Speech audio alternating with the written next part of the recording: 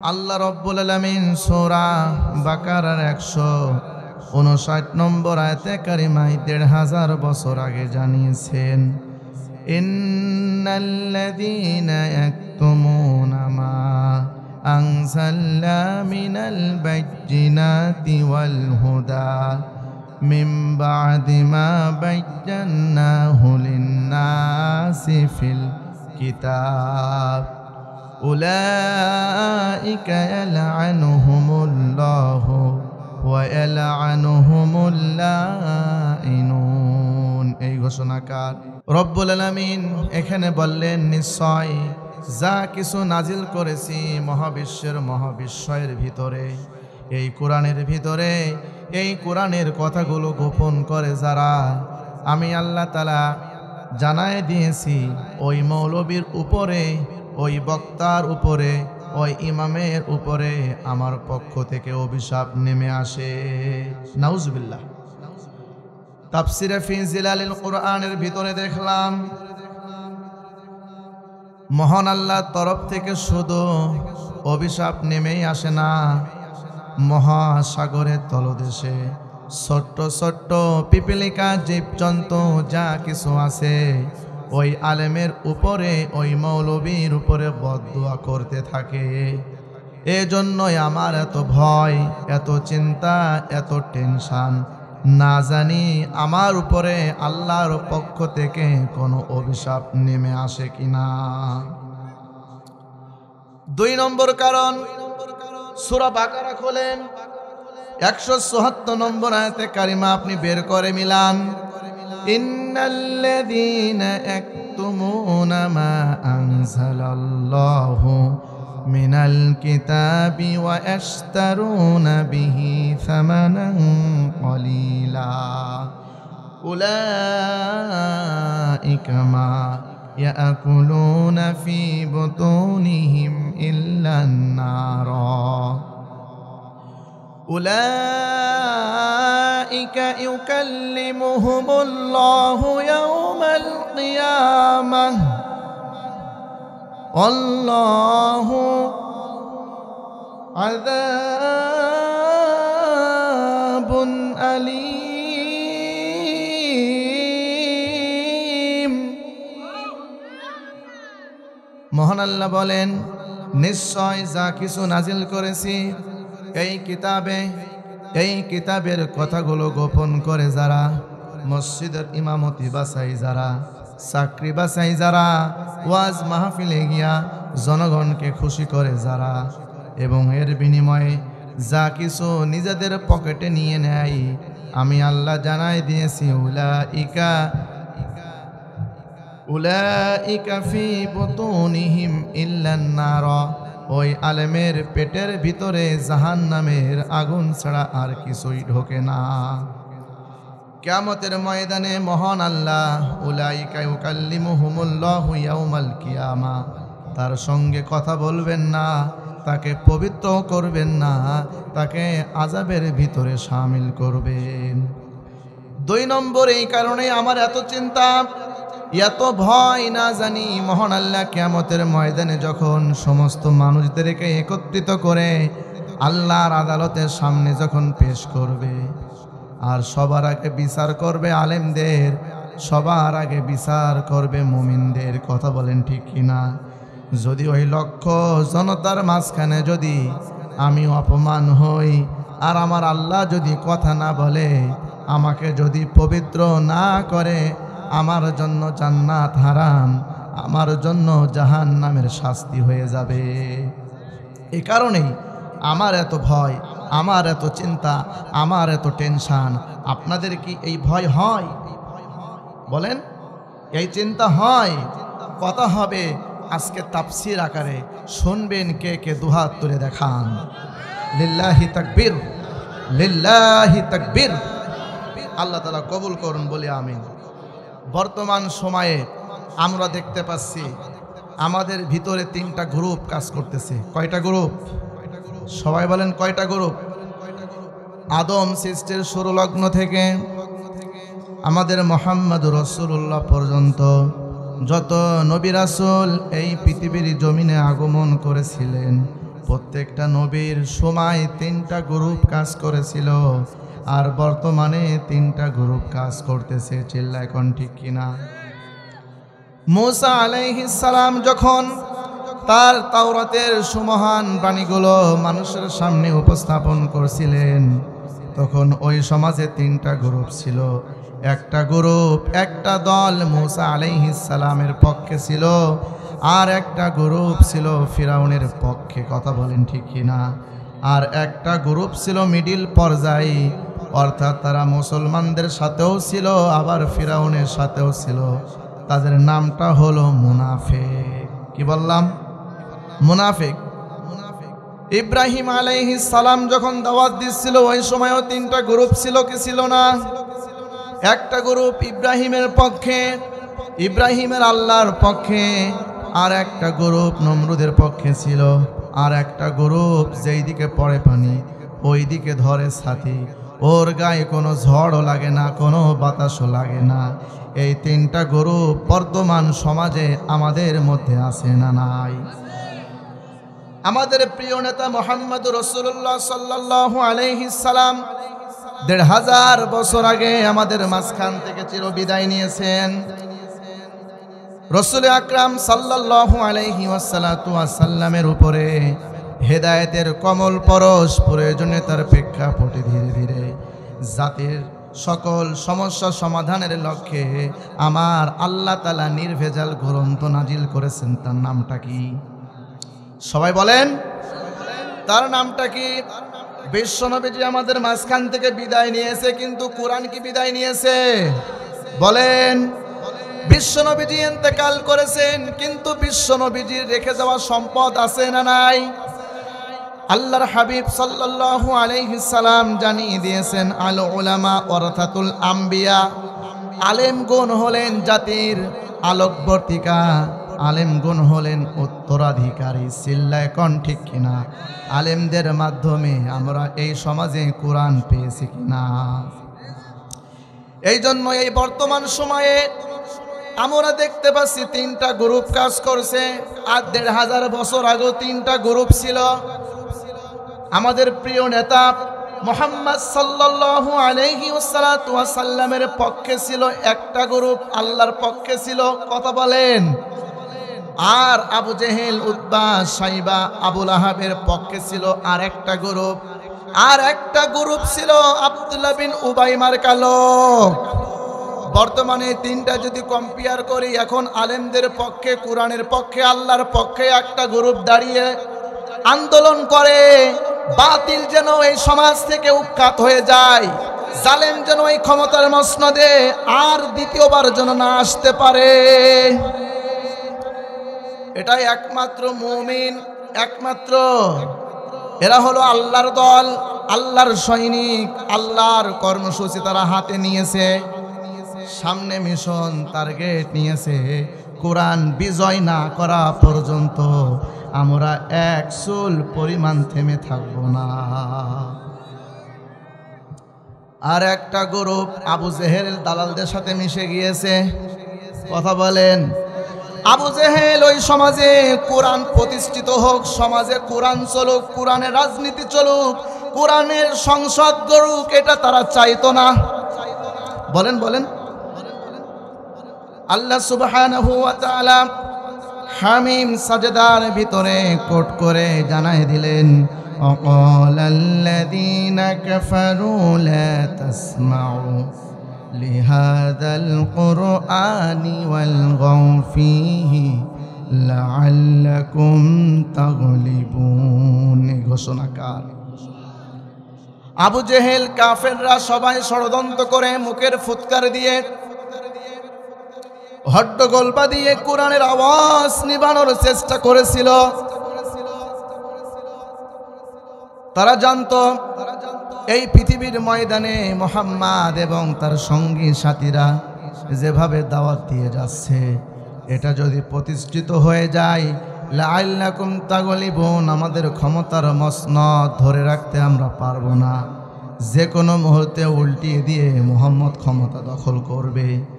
এই জন্য কাফেররা, আবু জেহেলের গোষ্ঠীরা সর্বাত্মক চেষ্টার সমন্বয়ে কোরআনের আওয়াজ বন্ধ করতে চেয়েছিল। কথা বলেন, কিন্তু পেরেছে? আল্লাহর সিদ্ধান্ত সূরা তাওবা, ইউরিদুনা আন ইতফিউ নূরাল্লাহি বিআফওয়াহিহিম ওয়া ইয়াবাল্লাহু ইল্লা আন ইউতিম্মা নূরাহু ওয়ালাউ কারিহাল কাফিরুন। এই ঘোষণাকার তারা মুখের ফুৎকার দিয়ে কোরআনের আলো নিভিয়ে দিতে চেয়েছিল। আলো বলতে এখানে যে রড লাইটের আলো জ্বলতেছে কি, এটা কি এই আলো? আলো বলতে প্রতিদিন পূর্ব দিগন্ত থেকে সূর্য উদিত হয়, ওটা কি সূর্যের আলো?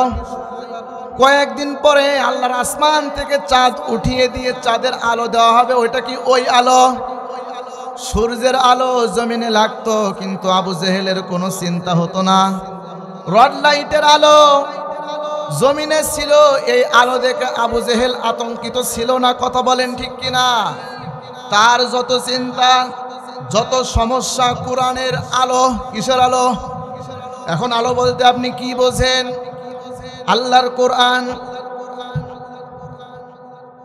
সূরা তাহরিম ৮ নম্বর আয়াতে কারিমার ভিতরে মহান আল্লাহ ঘোষণা করে জানিয়েছেন, ফাআমিনু বিল্লাহি ওয়া রাসূলিহি ওয়ান নূরিল্লাযী আনজালনা আল্লাহু বিমা তা'মালুনা খবীর। এই ঘোষণাকার।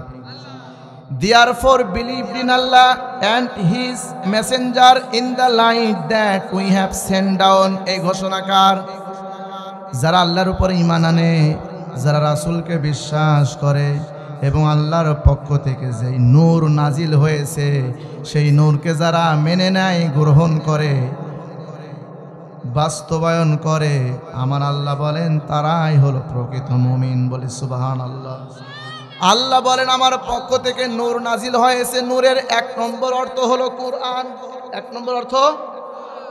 ২ নম্বর আল্লাহ সুবহানাহু ওয়া তাআলা জানায় দিলেন, শাহরু রমাদানাল্লাযী উনজিলা ফীহিল কুরআনু হুদাল লিন-নাসি ওয়া বাইয়িনাতিম মিনাল হুদা ওয়াল ফুরকান। এই ঘোষণাকার। এই বাচ্চারা কথা বলো, কথা বলা যাবে না। আল্লাহ বলেন আমি এ কোরআন পবিত্র মাহে রমাদানুল মুবারক মাসে নাজিল করেছি। এ কারণেই যে ওয়াল ফুরকান, এটাতে আছে হেদায়েত এবং এটা সত্য মিথ্যার মধ্যে পার্থক্য নির্ণয়কারী অথেন্টিক কিতাব। বলি সুবহানাল্লাহ। কোরআন দিয়ে চেনা যাবে কোনটা বাতিল, কোনটা জালেম আর কোনটা আল্লাহর দল। কথা বলেন ঠিক কিনা? কোনটা হক আর কোনটা মিথ্যা সেটা কোরআন দিয়ে যাচাই বাছাই করা যায় কিনা? তাহলে আমরা নূরের ২ নম্বর অর্থ জানলাম ফুরকান। ফুরকান মানে সত্য মিথ্যার মধ্যে পার্থক্য নির্ণয়কারী অথেন্টিক গ্রন্থ। বলি আল্লাহু আকবার।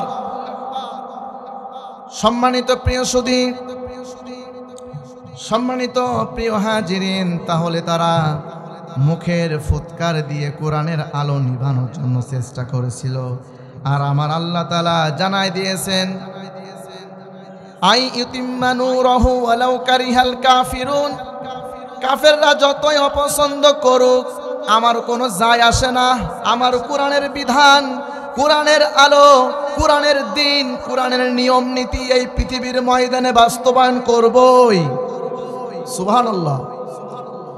তাহলে ইতিপূর্বে যতগুলো আবু জেহেলের ছেলেবেলা দেখেছি সবাই কোরআনের বিরুদ্ধে নোটিশ জারি করার চেষ্টা করেছিল। কথা বলেন ঠিক কিনা? তারা যখন ক্ষমতার মসনদে থাকে তখন সব কিছু ভুলে যায়। যায় কি যায় না? বলেন বলেন। সব কিছু ভুলে যায়। যারা ফিরাউন মার্কা শাসক, যারা ফিরাউন মার্কা কাফের, তাদের কয়েকটা কর্মসূচি আছে। তার ভিতরে ১ নম্বর কর্মসূচি, তারা পৃথিবীর ময়দানে ফাসাদ সৃষ্টি করে। ২ নম্বর কর্মসূচি, তারা হাতে নিয়েছে লোকজনদেরকে ভয় দেখায়। ৩ নম্বর কর্মসূচি, মানুষকে তারা হত্যা করে। 4 নম্বর কর্মসূচি, সব সময় তারা ক্ষমতার মসনদে টিকে থাকতে চায়। কথা বলেন ঠিক কিনা? তার কারণ কাফেররা জানে ক্ষমতা যদি আমাদের না থাকে তাহলে তো আমরা দিশাহারা হয়ে যাব। আজ যারা স্বৈরাচারী ফিরাউনের মতো যারা পৃথিবীর ময়দানে শাসক হয় তারা তো 1 নম্বর টাটকা কাফের।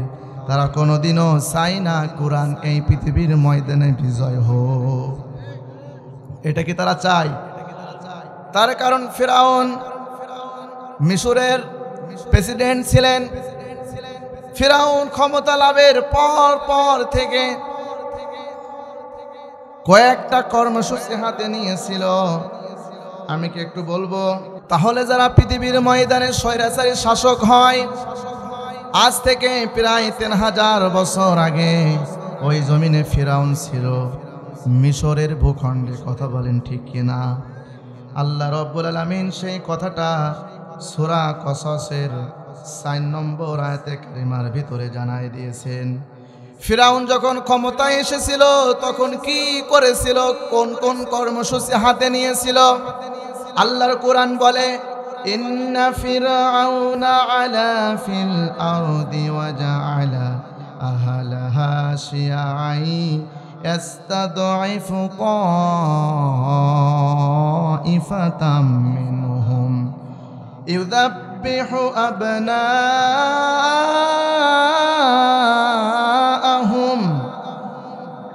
ওয়া ইয়াস্তাহয়ী নিসাআহুম ইন্নাহু কানা মিনাল মুফসিদিন। এই কথা কার? ফিরাউন যখন মিশরের বাদশা ছিলেন, এই ক্ষমতায় যখন ছিলেন তখন সে 1 নম্বর কর্মসূচি হাতে নিয়েছিল, ওয়াজআলা আহলাহা শিয়াআই ইয়াস্তাদঈফু।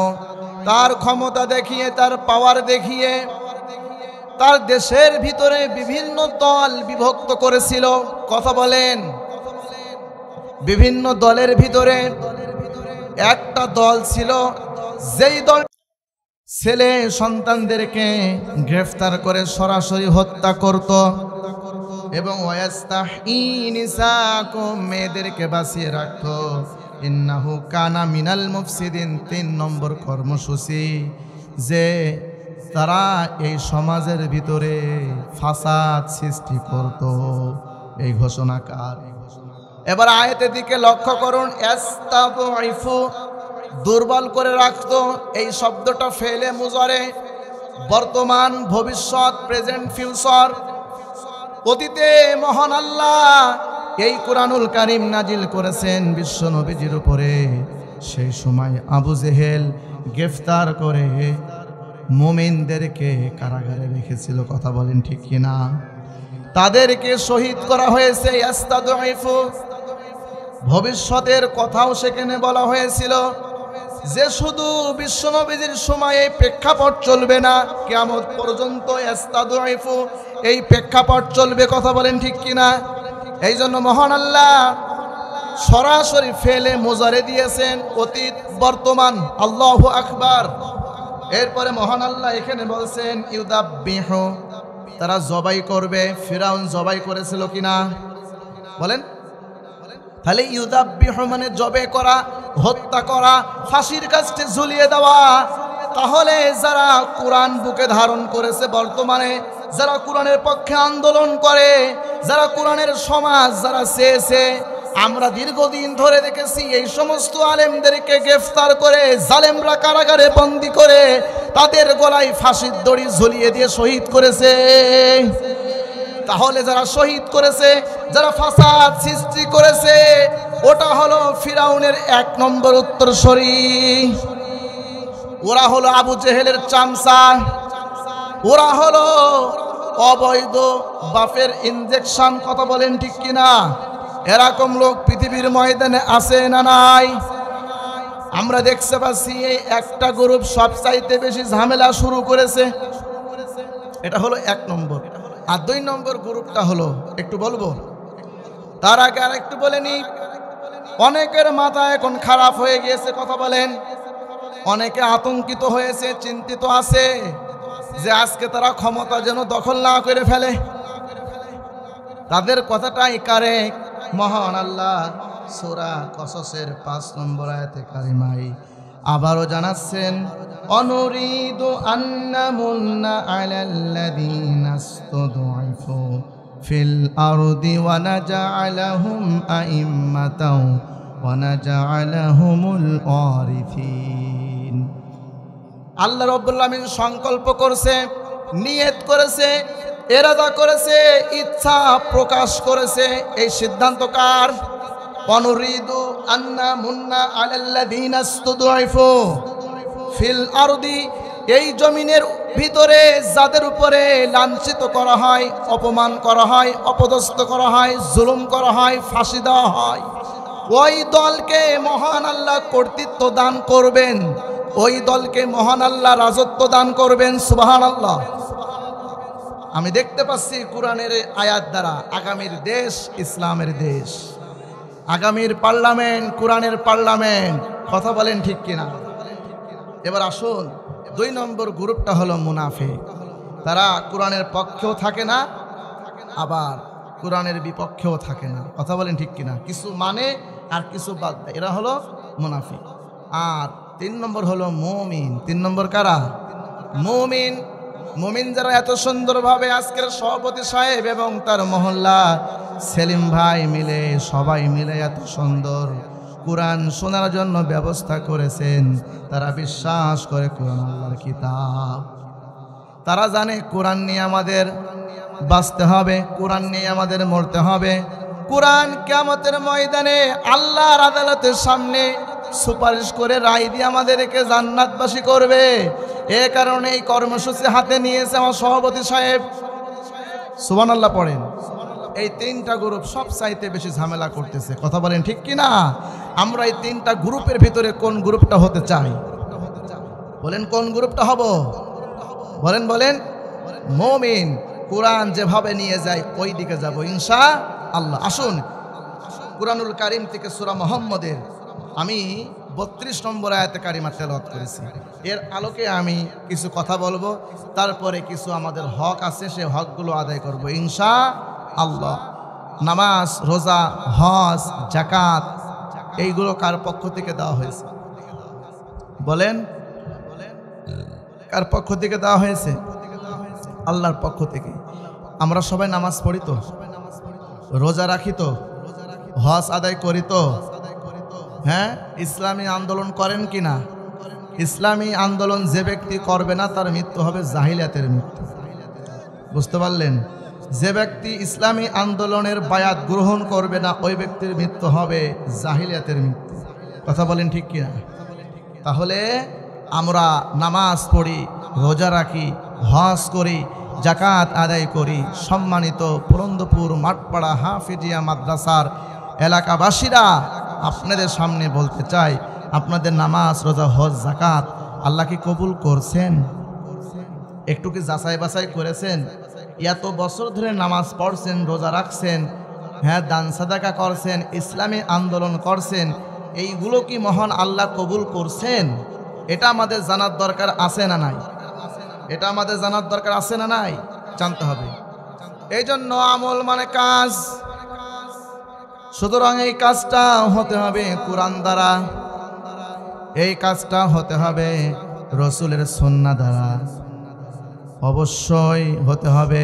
তা না হলে মহান আল্লাহ কবুল করবেন না। কথা বলেন ঠিক কিনা?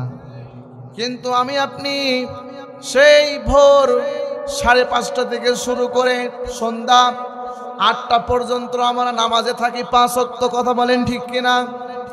এই নামাজ, এত ভালো ভালো কাজ করি, আদৌ এই কাজগুলো মহান আল্লাহর দফতরে কবুল হচ্ছে কিনা এই বিষয়গুলো জানার দরকার আছে না নাই? মানুষের নেক আমলগুলো ধ্বংস করে কয়েকটি কারণে। আমি কোরআন এবং হাদিস থেকে পড়াশোনা করে যতটুকু পেয়েছি, 1 নম্বর কারণ হলো কুফর। 1 নম্বর কারণ কি? সবাই বলেন। কুফর আমাদের সমাজে আছে না নাই? বলেন আছে না নাই? কুফর আমাদের সমাজে অনেক বেশি। কথা বলেন ঠিক কিনা? কুফর শব্দের শাব্দিক অর্থ হলো ঢেকে দেওয়া। কি দিয়া? ঢেকে দেওয়া, কবর দেওয়া, গ্রহণ না করা, সীমা লঙ্ঘন করা, এই কুফরকে দুই ভাগে ভাগ করা হয়েছে। কয় ভাগে ভাগ করা হয়েছে? একটা হলো কুফরে আকবর আর একটা হলো কুফরে আসগর। এই দুইটা বিষয় আছে না? কুফরে আকবরটা হলো যে কুফর নীতি অবলম্বন করলে ইসলাম থেকে, রাসূল থেকে একেবারে সে খারিজ হয়ে যায়, নাউজুবিল্লাহ। আর কুফরে আসগরটা হলো সেটাই যে কুফর নীতি অবলম্বন করলে সব শেষ, যেটাকে বলা হয় মানুষকে গালি দেওয়া, হেয় করা, অসম্মান করা, এটাকে বলা হয় আসগর। আজকে বর্তমান সময়ে মানুষকে অসম্মান করা আমাদের সমাজে এই বিষয়টা কম না বেশি? কম না বেশি? আজকে মানুষকে কোনো সম্মানই করে না, মর্যাদাই দেয় না, তাদের রেসপেক্টও করে না, তাকে সবসময় হেয় করে, অসম্মানিত করে, একের কথা আর একজনের কাছে লাগিয়ে দিয়ে তাদের ভিতরে ফাসাদ তৈরি করে, জ্ঞানজাম বাঁধিয়ে দেয়। এই শ্রেণী বর্তমান সময়ে কম না বেশি? আবার আর একটা শ্রেণী আছে, আর একটা গ্রুপ আছে যে সরাসরি আল্লাহর কোরআন থেকে খারিজ হয়ে যায়, ইসলাম থেকে খারিজ হয়ে যায়, নবীর সুন্নাহ থেকে খারিজ হয়ে যায়। আছে না নাই? কুফর শব্দের শাব্দিক অর্থ ঢেকে দেওয়া, কবর দেওয়া। তারা আজকে বুঝারই চেষ্টা করে না কোরআন যে আল্লাহর কিতাব। তারা সব সময় কোরআনের আইন ঢেকে দিয়ে মানব রচিত আইনকে এই জমিনে খাড়া করতে চায়। কথা বলেন ঠিক কিনা? আচ্ছা বলেন তো, কোরআনে ইসলামিক রাজনীতি আছে না নাই? কিন্তু যারা বলছে এই মুহূর্তে এই কোরআনে ইসলামিক রাজনীতি নেই, আমার তো মনে হচ্ছে সরাসরি কোরআনের সাথে কুফর নীতি অবলম্বন করলো। কথা বলেন, কতগুলো আয়াত আপনি নেবেন? একটা আয়াত আমি দিয়ে যাব। সূরা গাফির খোলেন, 26 নম্বর আয়াত দেখেন। সূরা সফ খোলেন, 9 নম্বর আয়াত দেখেন। হুয়াল্লাযী আরসালা রাসূলাহু বিল হুদা ওয়া দীনিল হাক্কি লিইযহিরাহু আলাদ-দীনি কুল্লিহি ওয়ালাউ কারিহাল মুশরিকুন। এই ঘোষণাকার আল্লাহ বলেন, হে নবী, আমি আপনাকে প্রেরণ করেছি সত্য দিন দিয়া, সত্য হক দিয়া, শুধুমাত্র কেবলমাত্র একটাই কারণ, যেন পৃথিবীর ময়দানের সকল দিন, সকল ক্ষমতা, সকল রাজত্ব, সকল দিন ব্যবস্থা উৎখাত করে ইসলামিক জীবন ব্যবস্থা, ইসলামিক দিন ব্যবস্থা, ইসলামিক রাজনীতি এই পৃথিবীর ময়দানে যেন আপনি প্রতিষ্ঠিত করতে পারেন। এখানে দিন মানে টুপি মাথায় দিয়ে মাহফিল শোনা না, দিন মানে এখানে বসে থাকা না, দিন মানে বড় জুব্বা গায়ে দেওয়া না, দিন মানে মসজিদের কর্নারে বসে বসে তসবিহ টিপা না। দিনের এখানে 1 নম্বর অর্থ ইসলামিক রাষ্ট্রীয় ব্যবস্থাপনা। তাহলে ইসলামিক রাষ্ট্রীয় ব্যবস্থাপনা, ইসলামিক সরকার ব্যবস্থার ভিতরে তো রাজনীতি আছে না নাই? তাহলে যারা বলে এটা নেই, তারা তো সরাসরি কুফর নীতি অবলম্বন করেছে।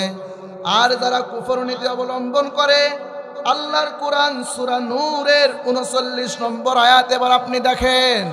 আমার আল্লাহ বলেন, ওয়াল্লাযীনা কাফারু আ'মালুহুম কাসারাবিম বিকিআতি ইয়াহসাবুহু যামআনু মাআ হাত্তা ইযা জাআহু লাম ইয়াজিদহু শাইআন ওয়া ওয়াজাদাল্লাহা ইনদাহু ফাওয়াফাহু হিসাবা আল্লাহু সারিউল হিসাব। এই ঘোষণাকার আল্লাহ বলেন, যারা কুফর নীতি অবলম্বন করে তাদের নেক আমলগুলো মরিচিকার সাথে তুলনা করা হয়েছে।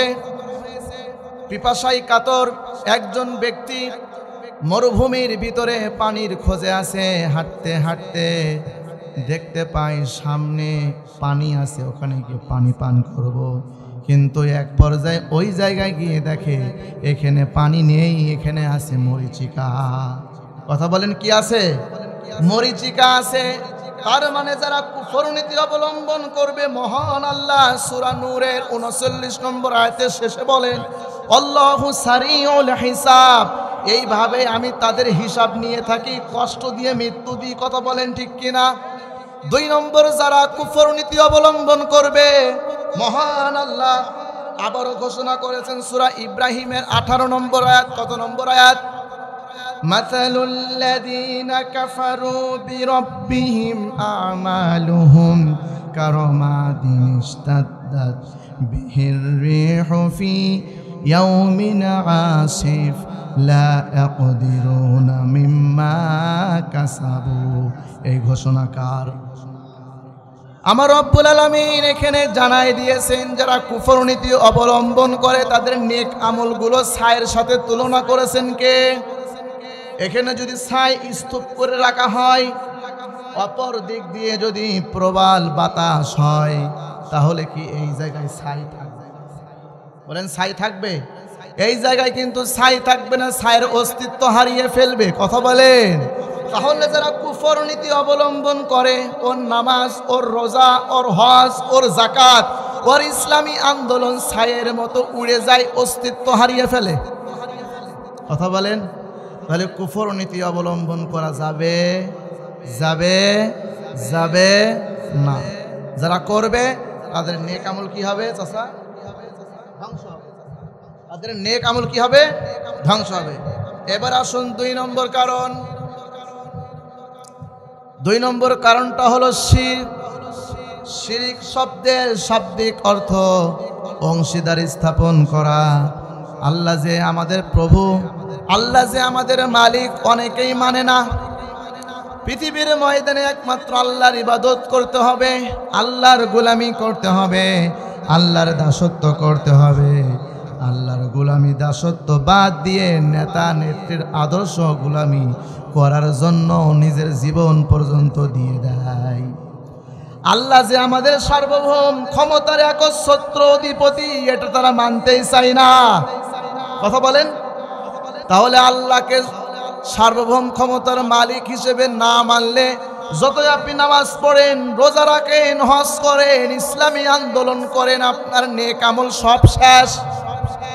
এবার আপনি দলিল নেন, সূরা জুমার খোলেন, 65 নম্বর আয়াতে কারিমা আপনি বের করে দেখেন। লা ইন আশরাকতা লা ইয়াহবাতান্না আমালুকা ওয়া লা তাকুনান্না মিনাল খাসিরিন। যারা শিরিক করবে, মহান আল্লাহ বলেন, তাদের নেক আমলগুলো ধ্বংস হয়ে যায়। কি হয়ে যায়? নেক আমলগুলো ধ্বংস হয়ে যায়। চিল্লায় কোন ঠিক কিনা? আল্লাহ রাব্বুল আমিন সূরা নিসার 48 নম্বর আয়াত, সূরা নিসার 116 নম্বর আয়াত, সূরা মাইদার 72 নম্বর আয়াত। আরো কি দলিল দেব? আমার আল্লাহ তাআলা জানাচ্ছেন, যারা শিরক করবে, আমি আল্লাহ তাআলা ঘোষণা করেছি, ইন্নাল্লাহা লা ইয়াগফিরু আন ইউশরাকা বিহি ওয়া ইয়াগফিরু মা দুনা যালিক। এই ঘোষণাকার আমার আল্লাহ বলেন, যারা পৃথিবীর ময়দানে শিরক নীতি অবলম্বন করবে, তাদেরকে আমি আল্লাহ কখনো ক্ষমা করব না, মাফ করব না। সূরা নিসার 116 নম্বর আয়াত। কথা বলেন। 2 নম্বর সূরা মাইদার 72 নম্বর আয়াত দেখেন, আমার আল্লাহ তাআলা বলেন, ইন্নাহু মাই ইশরিক বিল্লাহি ফাকাদ হারামাল্লাহু আলাইহিল জান্নাহ। এই ঘোষণাকার যারা আল্লাহর সাথে অংশীদার স্থাপন করে, যারা আল্লাহর সাথে শিরিক করে, মহান আল্লাহ ঘোষণা করেছেন তাদেরকে জান্নাত দিব না, তাদেরকে আমি আল্লাহ জাহান্নামে নিক্ষেপ করব। তাহলে পৃথিবীর ময়দানে শিরিক যারা করবে, তাদের নেক আমল কি হয়? ধ্বংস হয়। তাহলে শিরিক কি আপনারা করবেন? শিরিক করবেন? আল্লাহকে সার্বভৌমত্ব ক্ষমতার মালিক হিসেবে মানবেন তো? আল্লাহর ক্ষমতা, আল্লাহর আইন, আল্লাহর বিধান এই জমিনে কায়েম হবে, এটার পক্ষে স্লোগান দিতে চান কারা কারা? দুহাত তুলে দেখান। লিল্লাহি তাকবীর, লিল্লাহি তাকবীর। আল্লাহ তাআলা কবুল করুন, বলি আমিন। এরপরে আসুন 3 নম্বর কারণ হলো, বলবো খুতবার প্রারম্ভিকেই আমি একটি আয়াতে কারিমা তেলাওয়াত করেছিলাম সূরা মুহাম্মাদের 32 নম্বর আয়াত। কত নম্বর আয়াত? এটা বললে তো আপনারা সবাই ফেসে যাবেন, কেউ মাপ পাবেন না। বলবো সব কিন্তু কথা হচ্ছে কোরআনের দলিল দিয়া, এখানে কিন্তু অন্য কোনো কথা হচ্ছে না। আচ্ছা, আল্লাহর কোরআন সূরা মুহাম্মাদের 32 নম্বর আয়াতে কারিমায় মহান আল্লাহ কি বলেন দেখেন। ইয়া আইয়ুহাল্লাযীনা আমানু আতিউল্লাহা ওয়া আতিউর রাসূলা ওয়া লা তুবতিলু আমালুকুম। যারা আল্লাহর আনুগত্য বাদ দেয়, যারা রাসূলের আনুগত্য বাদ দেয়, আমি আল্লাহ তাআলা জানাই দিয়েছি তাদের নেক আমল নিজ হাতে ধ্বংস করি। তাহলে ফজরের নামাজের কত কষ্ট করে মসজিদে আমরা যাই, এই যে শীতের মধ্যখানে আমরা কত নামাজ আদায় করেছি, তাহাজ্জুদের নামাজ। আমরা অনেকে হজ করেছি, 1 বছর আগে আমরা রোজাও রেখেছি, সামনে আবার রোজাও আছে না নাই।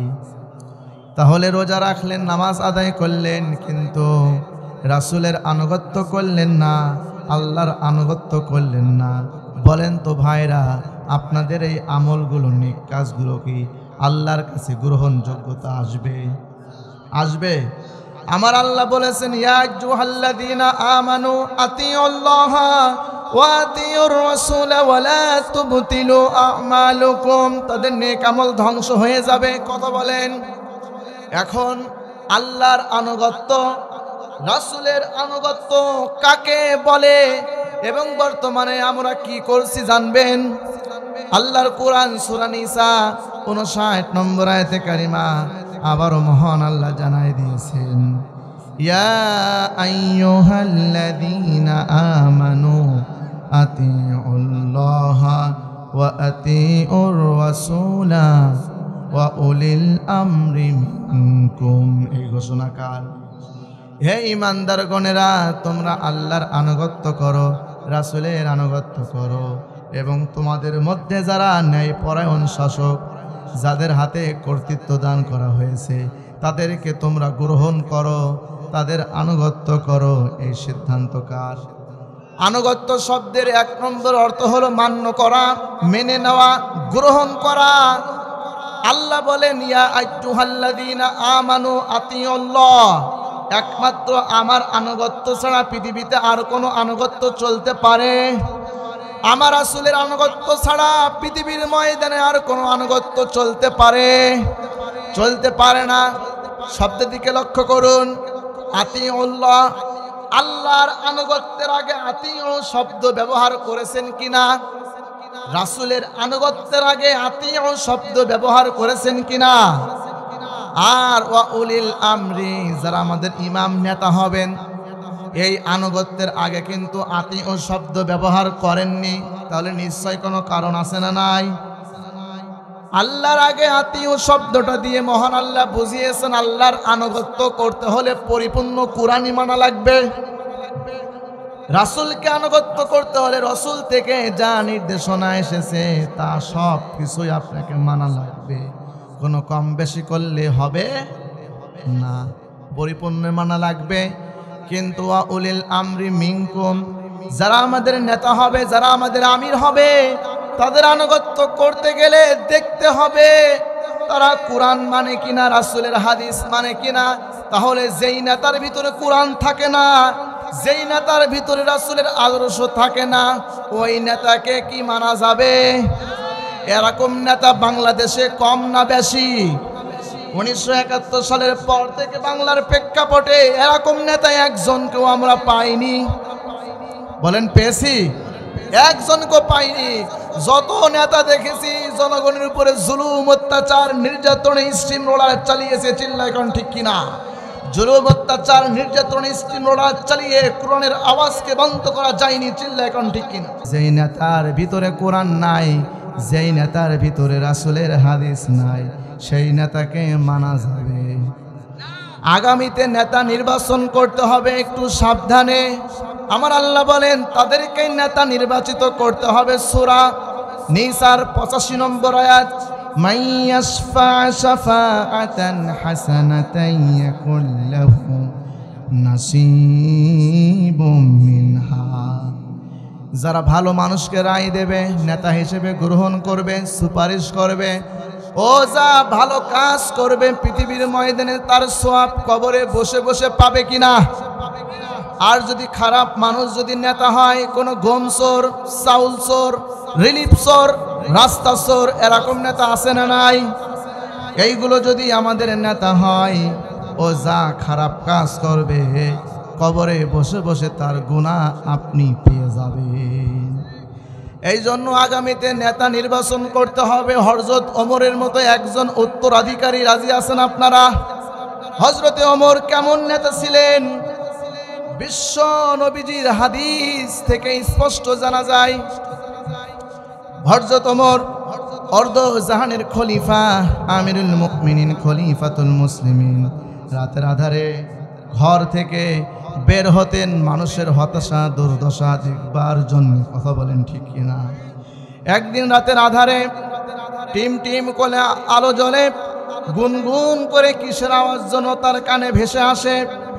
দূরে লক্ষ্য করে দেখতে পেল একটি তাঁবু, তাঁবুর থেকে কান্নার আওয়াজ ভেসে আসে। ওখানে গেলেন, কিছু বাচ্চারা কান্নাকাটি করে, আর এইদিকে বৃদ্ধ মহিলা উঠানের উপরে হাড়ির ভিতরে কি যেন রান্না করে। হযরত ওমর এই দৃশ্য দেখে মহিলাকে ডাকতে বলেন, হে মহিলা, এই গভীর রজনীতে তোমার বাচ্চারা কেন কাঁদে? আর তুমি হাড়ির ভিতরে কি রান্না করতেছো? কারণটা কি? মহিলা বলে, অন্য রাজ্য থেকে এই রাজ্যে এসেছি 3 দিন আগে। খলিফার কাছে আমরা যাব, কিন্তু 3 দিন ধরে আমাদের ঘরে কোনো খাবার নাই, কোনো খাদ্য নাই, যার কারণে বাচ্চাদের সান্ত্বনা দেওয়ার জন্যে এই জায়গার ভিতরে হাড়ির উপরে পানি দিয়ে পাথর দিয়ে নাড়াচাড়া করি আর জাল দিই, আর তাদেরকে সান্ত্বনা দিই, এই বলে রান্না হয়ে যাবে, একটু পরেই তোমাদেরকে খেতে দেব।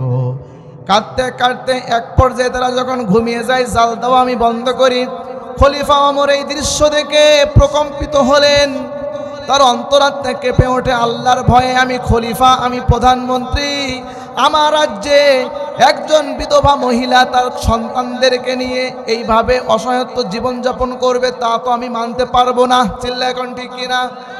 এক দৌড়ায়ে বাইতুল মালে গেলেন, আসলামকে ডাক দিয়ে বলেন, হে আসলাম, তুমি তাড়াতাড়ি বাইতুল মালের গেটটা খোলো, বস্তা নিয়ে এসো, আটা ভর্তি করো, শাক সবজি যা যা আছে সব কিছু সেখানে ঢুকিয়ে দাও। আটার বস্তা। খলিফা ওমর বললেন, এটা আমার মাথায় তুলে দাও। আসলাম ডাক দিয়ে বলেন, খলিফা, আপনি আটার বস্তা নিবেন না? আপনি তো দেশের প্রধানমন্ত্রী, আটার বস্তা বহন করার মতো আমিই আছি। আল্লাহু আকবার।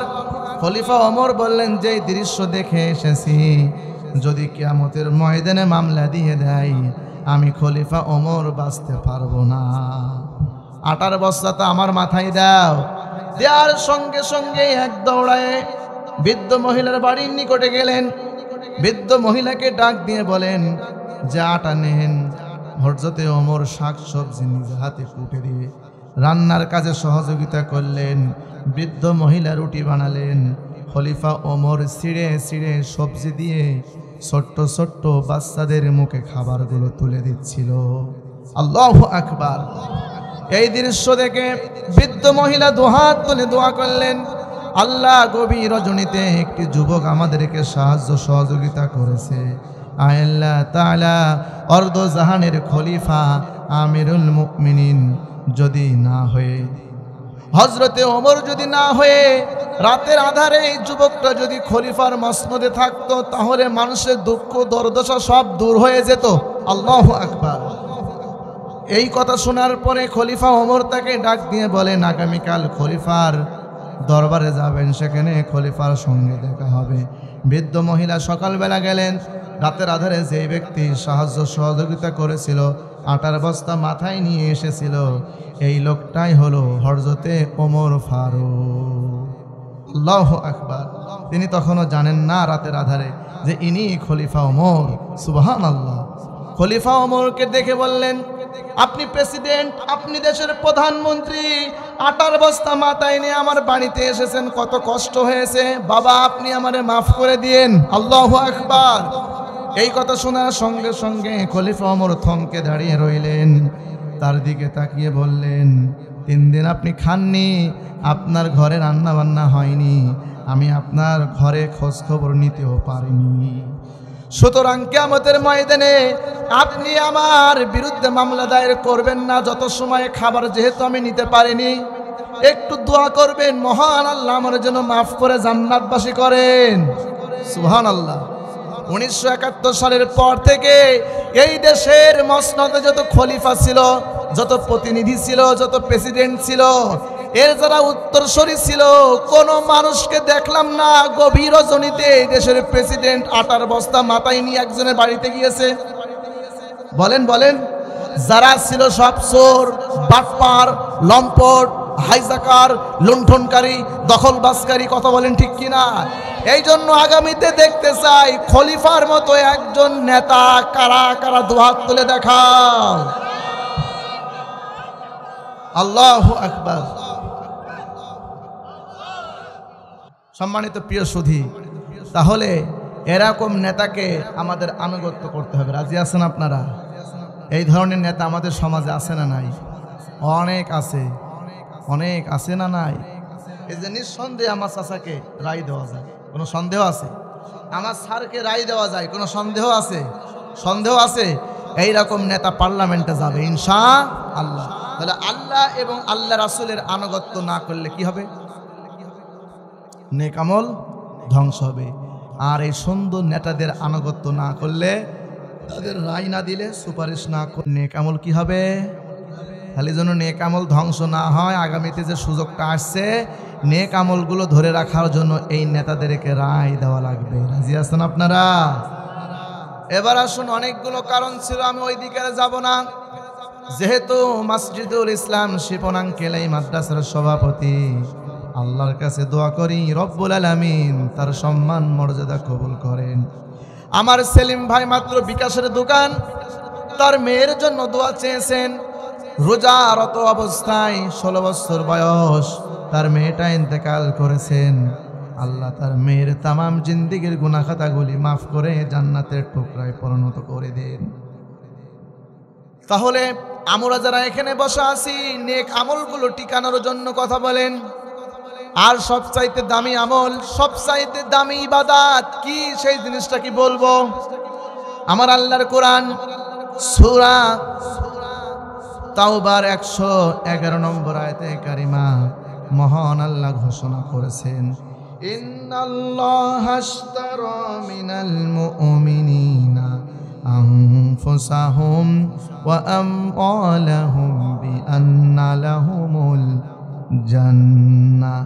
ঘোষণাকার নিশ্চয় যারা মুমিন, এই মুমিনদের কাছ থেকে মহান আল্লাহ জান এবং মালকে পুরাই করেছেন। সুবহানাল্লাহ।